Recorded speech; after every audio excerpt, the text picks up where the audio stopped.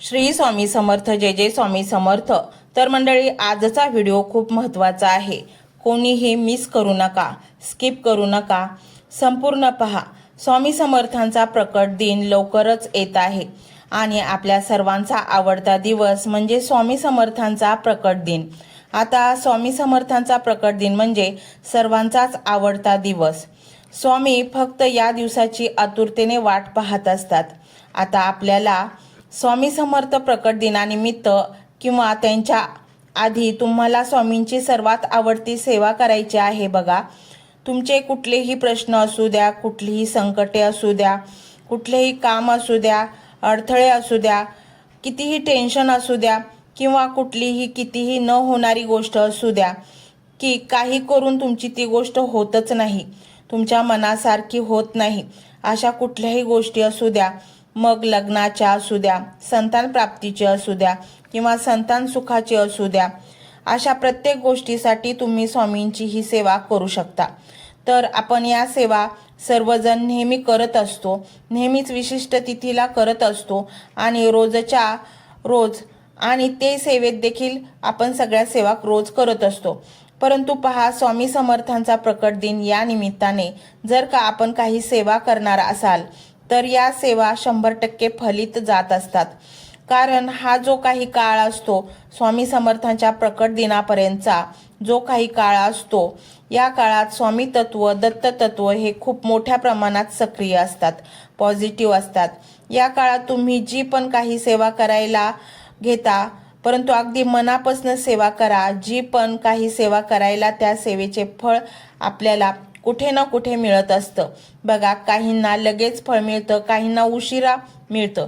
ज्यावेळी आपली योग्य वेळ येईल त्यावेळेस स्वामी समर्थ महाराज आपल्याला आपण केलेल्या सेवेचा संपूर्ण फळ देत असतात। कोणाची ही सेवा अशीच वाया जात नाही, प्रत्येकाच्या सेवेचे फळ हे त्यांना योग्य वेळी मिळत असतं आणि म्हणूनच आपण ही सेवा करायची आहे। आता ज्यांना अडचणी असतात त्यांनी सेवा करायची का, असं काही नाही बघा। ज्यांना अडचणी असतील त्यांना अडचणीतून मार्ग मिळवण्यासाठी सेवा, ज्यांना काही अडचणी नाहीत त्यांनी फक्त स्वामी समर्थांची सेवा करा। आपल्या चांगल्या कर्माचा बँक बॅलन्स वाढवा म्हणून देखील तुम्ही ही सेवा करू शकता। आता सेवा काय करायची, बऱ्याच भक्तांना सेवा काय करायची हे माहीत आहे, पण असे नवीन सेवेकरी असतात की त्यांना सेवा काय करायची हे माहीत नसतं किंवा सेवा काय करायची हे माहीत असतं, नियम असल्यामुळे ते सेवा करायला घाबरतात किंवा कोणते नियम पाळायचे कोणते पाळायचे नाहीत हे प्रश्न त्यांना भरपूर पडतात। तर आपण याच विषयात थोडक्यात माहिती पाहणार आहोत बघा। स्वामी समर्थांचा प्रकट दिन 20 मार्च 2026 या दिवशी आहे। आपल्याला या दिवसापर्यंत तुम्ही 20 मार्चच्या अगोदर तुम्हाला 21 दिवसाची अतिशय प्रभावी सेवा करायची आहे। आता ज्यांना 21 दिवस करणं शक्य नाही त्यांनी 11 दिवसाची करा किंवा तुम्ही तुमच्या यथाशक्तीने होईल तितक्या दिवसाची सेवा ही करू शकतात। कारण सेवा करणं हे महत्त्वाचं आहे। मग तुम्ही 21 दिवसांची करा, 15 दिवसाची करा किंवा 11 दिवसांची करा, सेवा घडणं हे खूप महत्त्वाचं आहे। आता सेवा कोणती करायची बघा। स्वामी समर्थ महाराज हे प्रकट झाले, ते जन्माला आले नाहीत, ते प्रकट झाले होते हे आपल्या सर्वांना माहीत आहे आणि स्वामी समर्थांचा प्रकट दिन म्हणून हा दिवस साजरा केला जातो। आता सेवा कोणती करायची, आपल्या सर्वांना स्वामी समर्थांचं श्री स्वामी समर्थ चरित्र सारामृत हा ग्रंथ, ही पोथी आहे। हा एक दिव्य भव्य असा ग्रंथ आहे। या ग्रंथात 1 ते 21 अध्याय मराठीमध्ये दिलेले आहेत। अगदी छोटे छोटे अध्याय आहेत आणि आपण नेहमी याचं पारायण करत असतो। तर आपल्याला 21 दिवसात 21 पारायणाचे करायचे आहेत। आता एक पारायण म्हणजे काय बघा, या ग्रंथात 1 ते 21 अध्याय दिलेले आहेत।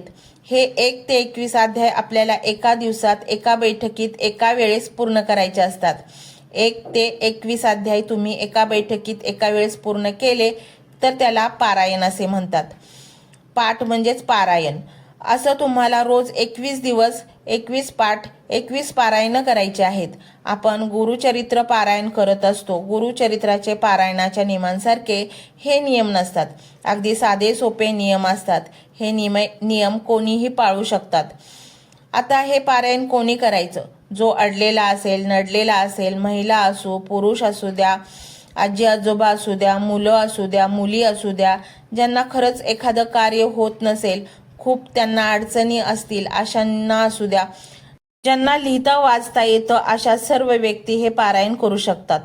आता हे पारायण करताना बघा, आपल्याला पहिल्या दिवशी संकल्प सोडायचा असतो.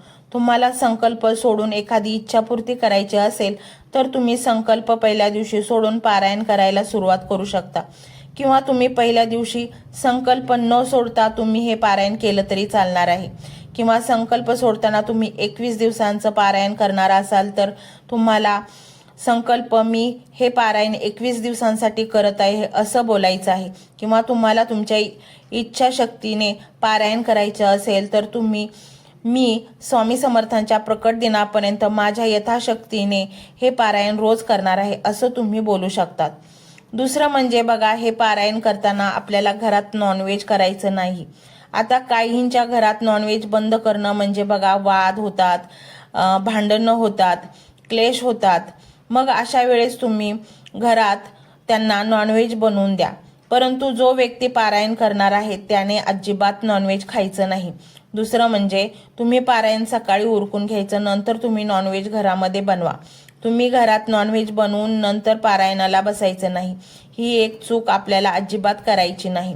आपण जेव्हा सकाळी नॉनव्हेज करतो आणि जर का संध्याकाळी पारायण वाचत असाल आणि संध्याकाळी वाचायला बसलात तर आपल्याकडनं ह्या चुका होतात.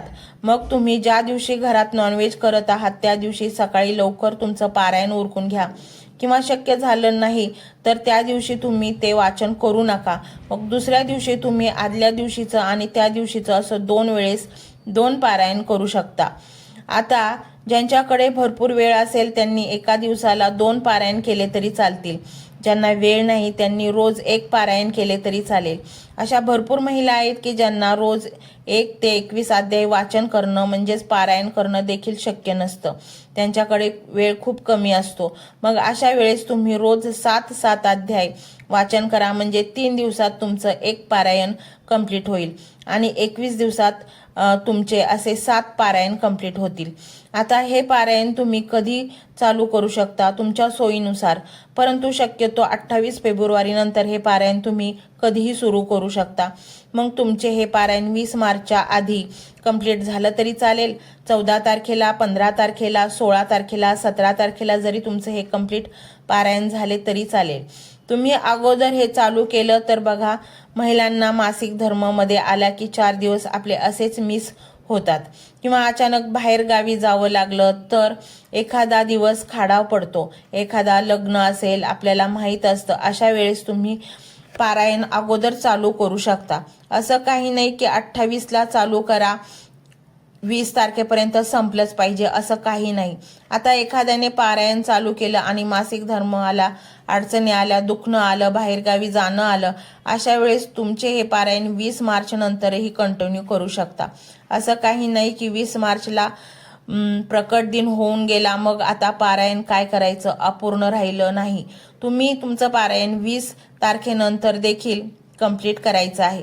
आता नियम बघा, तुम्ही गादीवर झोपू शकता, असं काही नाही की खाली झोपा. दुसरं म्हणजे जो पारायण करणार आहे त्यांनी कडकडीत नॉनव्हेज वर्ज्य करायचं आहे. तिसरं म्हणजे बघा, पूजा मांडणी तुम्हाला जर का करता आली नाही तर तुम्ही तुमच्या देवघरासमोर बसून देखील तुम्ही हे पारायण करू शकतात. ज्यांना पूजा मांडणी करायची आहे त्यांनी केली तरी चालेल. बघा, 21 दिवस आपण ही पूजा ठेवू शकत नाही. अशा वेळेस तुम्ही तुमच्या देवघरासमोर बसा. देवघराच्या घरात तुमच्या स्वामींचा समर्थांचा फोटो किंवा मूर्ती असेलच.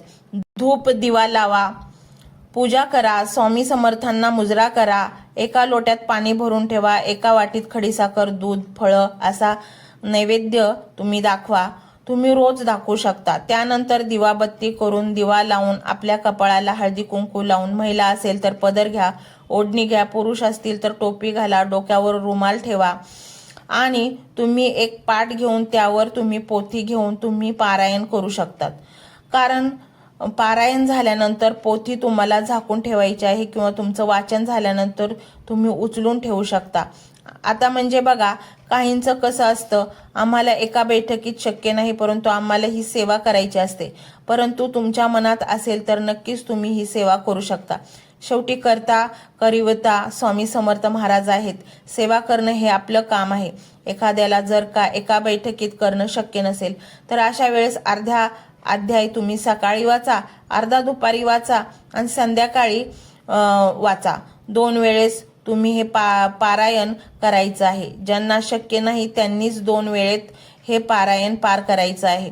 परंतु जर का तुमची दृढ इच्छा आहे, इच्छाशक्ती आहे किंवा इच्छापूर्तीसाठी तुम्ही हे पारायण करत असाल तर तुम्हाला एका बैठकीतच हे पारायण करायचं आहे, प्रयत्न करायचा आहे.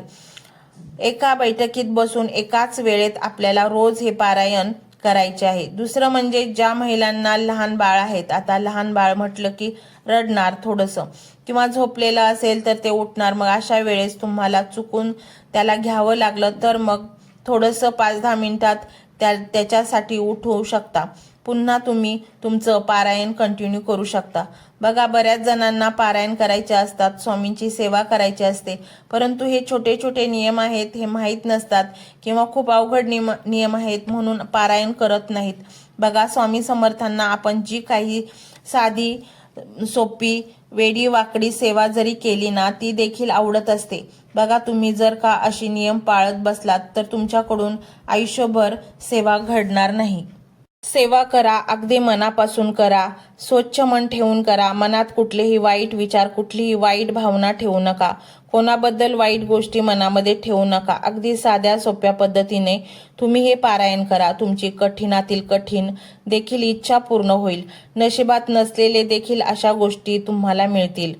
तुम्हाला कामावर त्रास असेल, नोकरीच्या बाबतीत काही प्रश्न असतील, नोकरी मिळत नसेल, कुठलाही प्रश्न असू द्या, कुठल्याही प्रश्नासाठी तुम्ही ही सेवा करू शकता. आता यानंतर बघा, एखाद्या दिवशी बाहेरगावी जावं लागतं असेल, एखाद्या दिवशी लग्नाला जावं लागत असेल, आपल्याला या सेवा करत असताना परान्न घ्यायचं नसतं. कारण परान्न घेतल्यामुळे त्या अन्नातून काही दोष लागत असतात. आपण घरात स्वच्छता ठेवतो आणि हे पारायण करत असतो. बाहेरचं अन्न घेताना ते कसं बनवलेलं आहे, स्वच्छता आहे की नाही, आंघोळ करून केलं आहे की नाही, सात्विकता त्यात आहे की नाही हे आपल्याला माहीत नसतं. त्यामुळे बाहेरचं अन्न आपल्याला अजिबात खायचं नसतं. आता लग्न कार्य असेल तर मग अशा वेळेस तुम्ही एका दिवसासाठी तुमच्या घरातून डबा घेऊन जा किंवा तुम्ही काहीतरी अशा कोरड्या गोष्टी घेऊन तुम्ही खाऊ शकता. बघा, घरातील लग्न असेल तर आपल्याला काहीच ॲडजस्ट करता येत नाही किंवा खूप जवळचं लग्न असेल, बहिणीचं, भावाचं, एकदम घरातलं, अशा वेळेस तुम्ही तिथलं अन्न घेऊ शकता. परंतु जेवण करण्यापूर्वी 3 वेळा गायत्री मंत्र म्हणायचा आहे आणि मग ते अन्न ग्रहण करायचं आहे. त्यानंतर तुम्ही तुमच्या सासू सासऱ्यांकडे गेला असाल तर अन्न ग्रहण करू शकता. त्याचप्रमाणे तुम्ही तुमच्या आई वडिलांच्या घरी गेला असाल तर तुम्ही अन्न घेऊ शकता. तुम्ही तुमच्या दिराच्या, जावेच्या किंवा नंदेच्या घरी गेला असाल तरी तुम्ही तिथे अन्न ग्रहण करू शकता. परंतु तिथे जर का मासिक धर्म असेल, शिवता शिवत असेल, तिथे अन्न तुम्ही घेऊ नका. त्याचप्रमाणे जर का स्वामी सेवेकरी असेल त्यांच्या घरी देखील तुम्ही अन्न ग्रहण करू शकता. फक्त तुम्हाला इतरांच्या घरचं अन्न सेवन करायचं नाही. दुसरं म्हणजे आपल्याला ब्रह्मचार्याचं पालन करायचं आहे. ज्यांना शक्य असेल त्यांनी अवश्य ब्रह्मचार्याचं पालन करावे. आता जर का तुम्ही सेवा संतान प्राप्तीसाठी करत असाल तर तुम्हाला ब्रह्मचार्याचे पालन करण्याची गरज नाही. तिसरं म्हणजे ज्यांना अजिबात ही सेवा करणं शक्य नाही, अजिबात वेळ नाही, परंतु सेवा करायची आहे, मग अशा वेळेस तुम्ही रोज 3-3 अध्याय वाचू शकता. तुमचा 7 दिवसाचा एक पारायण होईल आणि तुमचं 21 दिवसात 3 पारायण कंप्लीट होतील. मग तुम्ही रोज 3 अध्याय वाचा किंवा 7 अध्याय वाचा किंवा 1 ते 21 अध्याय वाचून एक पारायण करा. त्याचबरोबर एक वेळेस तुम्हाला तारक मंत्र म्हणायचा आहे आणि श्री स्वामी समर्थ या मंत्राचा जप करायचा आहे. ज्यांना ही सेवा करणं शक्य नाही, अजिबात वेळ नाही, 2-3 तास बसू शकत नाही, अशा वेळेस तुम्ही रोज श्री स्वामी समर्थ या मंत्राचा 11 माळी जप करू शकता. अतिशय श्रेष्ठ अशी ही सेवा आहे. तुम्ही ही सेवा देखील करू शकता. ज्यांना ती सेवा करणे शक्य नाही त्यांनी ही सेवा रोज 11 माळी श्री स्वामी समर्थ जप करा. बघा, तुम्ही जर का संकल्प सोडून इच्छापूर्तीसाठी ही सेवा करणार असाल तर मग तुम्ही रोज एकदाच 11 माळी स्वामी समर्थ या नामाचा तुम्हाला मंत्र जप करायचा आहे. आता याची सांगता अशी काही मोठी नसते. अगदी तुमचे पारायण पूर्ण झाल्यानंतर तुम्ही स्वामी समर्थ प्रकट दिनाच्या दिवशी सुद्धा याची सांगता करू शकता. अगदी साधी सोपी सांगता आहे. शेवटच्या दिवशी तुम्ही घरात सात्विक भोजन बनवा. पुरणपोळी असू द्या किंवा वरण भात असू द्या, त्यांचा नैवेद्य स्वामींना दाखवा. आरती करा. तुम्ही घरातले सर्वजण जेवण करा. तुमची इच्छा असेल तर तुम्ही लहान मुलांना जेवायला बोलवा. तुमच्या पद्धतीने, अगदी साध्या सोप्या पद्धतीने याचं आपल्याला उद्यापन करायचं आहे. याचं उद्यापन अगदी खूप मोठ्या पद्धतीनं केलंच पाहिजे असं काही नाही. कुठलाच नियम नाही. तुम्ही तुमच्या आवडीप्रमाणे तुम्हाला याचं उद्यापन करायचं आहे. त्याचप्रमाणे तुम्ही पारायण करताना तुम्हाला बसायला आसन घ्यायचं आहे. रोज आसन घ्यायचं आहे आणि तुमचंच आसन तुम्हाला घ्यायचं आहे. रोज वेगळं वेगळं असं नाही, तुम्हाला घ्यायचं आहे. त्याचप्रमाणे बघा, आपल्याला आसन स्वच्छ धुवून घ्यायचं आहे. आपल्याला साफसफाई करून घ्यायची आहे. त्यानंतर तुम्ही ह्या पारायणाला सुरुवात करू शकता. त्याचप्रमाणे या काळात तुम्ही रोज तुमच्यावर उंबरट्यावर हळदीचं लेपन करू शकता. छोटीशी रांगोळी काढू शकता. घरातील वातावरण तुम्हाला आनंदी ठेवायचं आहे. बघा, तुम्हाला कोणाशीही वाद घालायचे नाहीत. कोणाशीही मोठ्याने बोलायचं नाही. जर का तुम्ही या गोष्टी करताल आणि एकीकडे सेवा करताल, तुम्हाला सेवेचे 0 फळ मिळणार आहे. असं म्हणतात, आम्ही सेवा करतो परंतु सेवेचे फळ मिळत नाही. मग अशा छोट्या छोट्या चुका आपल्याकडून होतात. त्यामुळे आपण केलेल्या सेवेचे फळ आपल्याला मिळत नाही. बघा, तुम्ही सेवा करणं महत्वाचं आहे.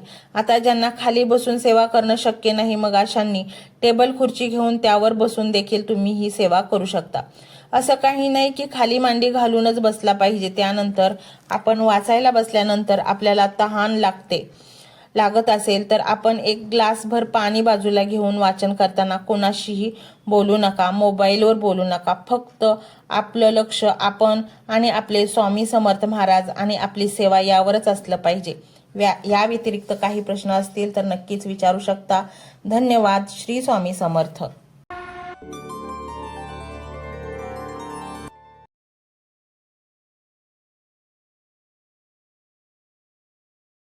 मंत्र मोबाईलवर लावायचा आहे.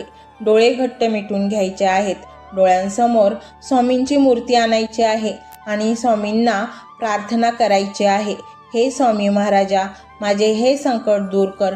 माझी ही इच्छा पूर्ण कर. माझे कुटुंब सुखासमाधानाने राहू देत. मंडळी, स्वामी हे भक्तवत्सल आहेत. ते भक्तांवर खूप प्रेम करतात. त्यांनी आपल्या भक्तांना बाळ मानलेले आहे आणि आई बाळाची इच्छा तर पूर्ण करणारच. त्यामुळे स्वामी तुम्हाला नक्कीच मदत करतील. मंडळी, एवढं सगळं करायला अर्धा मिनिट खूप झाला आणि एवढा वेळ तर तुमच्याकडे असेलच. बाकीचा सर्व व्हिडिओ तुम्ही मोबाईलवर सोडून द्या. तो त्याची पॉझिटिव्हिटी पसरवत राहील. तुम्ही दैनंदिनी कामं करता करता त्या मंत्राचे श्रवण करा आणि मनातल्या मनात जप देखील करा. फायदा नक्कीच होईल. ही डिजिटल सेवा आहे. आज या व्हिडिओच्या माध्यमातून स्वामींचे विचार तुमच्यापर्यंत पोहोचले आहेत. जर तुम्हाला मनापासून वाटत असेल की या विचारांनी तुमच्या मनाला उभारी दिली आहे, तुम्हाला जगण्याचे बळ दिले आहे, तर तुम्ही सुद्धा या ज्ञान यज्ञात आपली समिधा अर्पण करू शकता. पूर्वी लोक मंदिरात जाऊन दानपेटीमध्ये गुप्तदान करत असत, कारण गुप्तदानाचे फळ अनंत असते. आजच्या युगात व्हिडिओच्या खाली जे सुपर थँक्सचे बटन आहे ते एका डिजिटल दानपेटी सारखेच आहे. जर तुमची इच्छा असेल आणि तुमची परिस्थिती असेल तर यथाशक्ती, मग ती रक्कम कितीही छोटी असो वा मोठी, तुम्ही या सुपर थँक्सच्या माध्यमातून स्वामींच्या कार्यासाठी अर्पण करू शकता. हे पैसे कोणाच्या वैयक्तिक फायद्यासाठी नाही, तर हे विचार, ही सकारात्मक ऊर्जा अशाच लाखो दुःखी लोकांपर्यंत पोहोचवण्यासाठी वापरली जातील. लक्षात ठेवा, सक्ती नाही तर भक्ती महत्वाची आहे. ज्याला वाटतं की स्वामींनी मला मार्ग दाखवला म्हणून कृतज्ञता म्हणून मी हे फुल ना फुलाची पाकळी अर्पण करतो, त्यांनीच या बटनावर क्लिक करून आपले योगदान द्यावे. तुमची ही छोटीशी मदत कोणाचे तरी आयुष्य बदलणाऱ्या व्हिडिओच्या निर्मितीसाठी मोलाचे ठरेल. तसेच या व्हिडिओला लाईक करणे म्हणजे केवळ एक बटन दाबणे नव्हे, तर या सकारात्मक ऊर्जेला दुजोरा देणे आहे. जेव्हा तुम्ही लाईक करता तेव्हा तुमची विश्वाला सांगता की हो, माझा स्वामींवर विश्वास आहे. आणि शेअर करणे म्हणजे काय, तर पुण्य वाढणे. जर तुम्हाला वाटत असेल की तुमच्या एखाद्या मित्राला, नातेवाईकाला किंवा ओळखीच्या व्यक्तीला सध्या आधाराची गरज आहे, तर त्यांना हा व्हिडिओ नक्की पाठवा. कदाचित तुमचे एक शेअर करण्याचे कर्म त्यांना आत्महत्येसारख्या विचारांपासून परावृत्त करू शकेल किंवा त्यांना नैराश्यातून बाहेर काढेल. पुण्य फक्त अन्नदानानेच नाही, तर विचारदानाने सुद्धा मिळते. म्हणून संकोच न करता हा व्हिडिओ तुमच्या जवळच्या लोकांपर्यंत पोहोचवावा. आणि हो, स्वामींच्या या दरबारात रोज हजेरी लावण्यासाठी चॅनलला सबस्क्राईब करा व बेल आयकॉनचे बटन देखील प्रेस करा. जेव्हा स्वामींचा संदेश येईल तेव्हा सर्वात आधी तो तुमच्यापर्यंत पोहोचेल. ही घंटा म्हणजे मंदिराची घंटा आहे, जी वाजवल्याने मनाला जाग येते. आणि सर्वात महत्त्वाचे म्हणजे तुमचा संवाद. खाली कमेंट बॉक्समध्ये तुमचा अनुभव नक्की मांडा. तुमच्या मनात काय चाललं आहे, तुम्हाला स्वामींची प्रचिती कधी आली आहे, कशी आली आहे ते लिहा. जेव्हा तुम्ही श्री स्वामी समर्थ किंवा भिवू नकोस मी तुझ्या पाठीशी आहे असं लिहून कमेंट करता, तेव्हा ते केवळ शब्द नसतात, तर ती लिखित जप असतो. तुमच्या त्या कमेंटकडे पाहून दुसऱ्या एखाद्या भक्ताला प्रेरणा मिळू शकते. तुमची एक कमेंट हजारो लोकांचा विश्वास वाढवू शकते. त्यामुळे लाजू नका, मोकळ्या मनाने व्यक्त व्हा. इथे कोणी कोणाला जज करत नाही. आपण सर्वजण त्या एकाच माऊलीचे लेकरे आहोत. तुमचा हा प्रतिसादच या कार्याला पुढे नेण्याची प्रेरणा देतो. तर पाहूया तो शक्तिशाली रहस्यमय मंत्र काय आहे. तो मंत्र असा आहे: